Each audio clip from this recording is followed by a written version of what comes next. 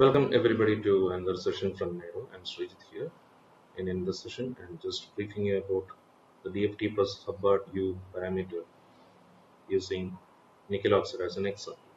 So, the failure of standard DFT arises from the strong on-site Coulomb interactions between the localized nickel 3D electrons. So, the strong correlations are not adequately captured by the mean field nature of typical DFT exchange correlation functions. So, we are assuming from the previous topic which we discussed in the last video. So I have taken this nickel oxide as an example to brief that how it happens with and without Hubbard U on band gap calculations. So how we can apply this? That's the question which should be answered.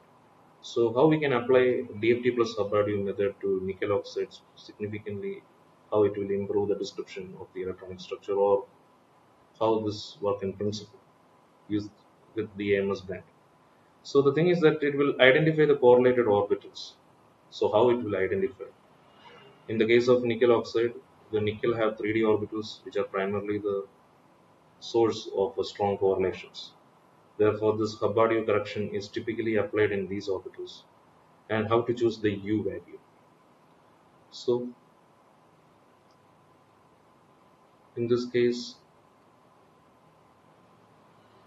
I have given this inputs necessarily, and you can see how we are maintaining this of Hubbard U calculations. So in this typical case, I didn't added this Hubbard parameter. So I'm going to show that what's the difference it will be primarily with Hubbard approximation and without. So the Hubbard U correction is typically applied to these orbitals, and how to choose that U value. The value of this Hubbard parameter for the nickel 3D orbitals is crucial and can be determined in several ways that I will show you.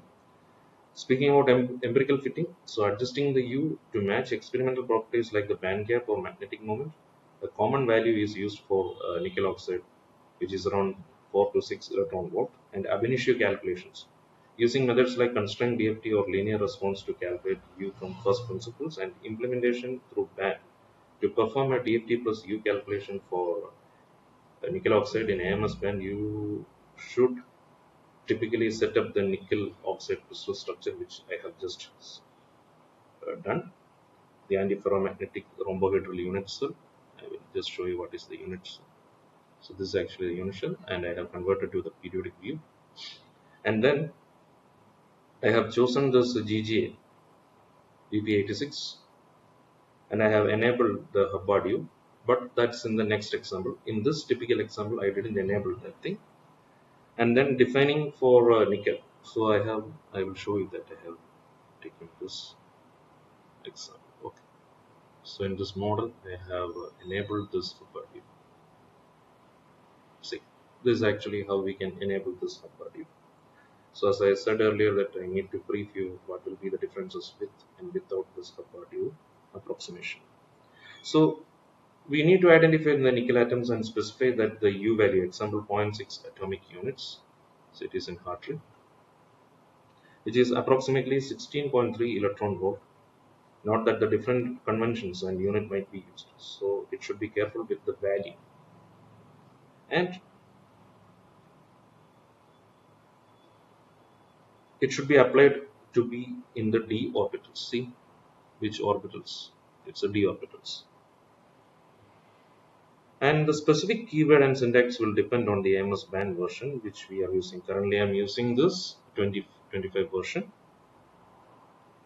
So set up the other calculations like basis set, k-point sampling and convergence criteria. And what are the expected outcomes? Let me go to the main panel. So I will show you in this typical example. I'm just showing you without Hubbard what will be the outcomes. So I'm just going to show you the output file. And if I go to the properties, you can see there is no band gap. The Fermi energy is around minus 0.2230 AU, and which when we convert it to electron volt, it will be around minus 6.0670. So this, what will happen if we include this Hubbard parameter? So that I will show you. I think I have shown one explanation in this previous video. Anyway, let me check it.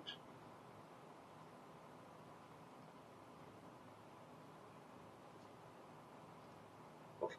So now the band gap information is there. In the previous output, there was no band gap value. So that's one difference when we apply this DFT plus U in this nickel oxide case. So how this opening or the outcomes will affect the output? So the inclusion of U will lead the opening of a significant band gap, bringing the theoretical prediction much closer to the experimental value, number one, and improved magnetic properties. As I said earlier, it is an antiferromagnetic ordering, and the local magnetic moments of this nickel atoms will be better displayed or described. The spin splitting of the nickel 3D bands will be more realistic, and better description of the electronic structure.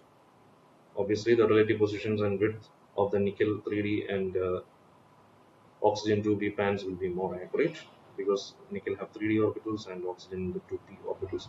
And speaking about the projected density of state of nickel oxide, once you perform the DFT or DFT plus U calculation of nickel oxide in AMS band, we can calculate the PDOS to gain deeper insights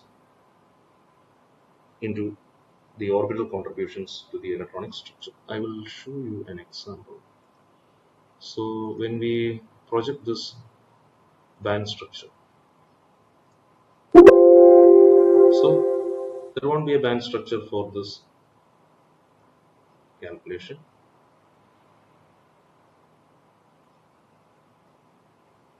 But if we go to density of state, so you can see the differences in electron volt. For that, we need to select one nickel atom,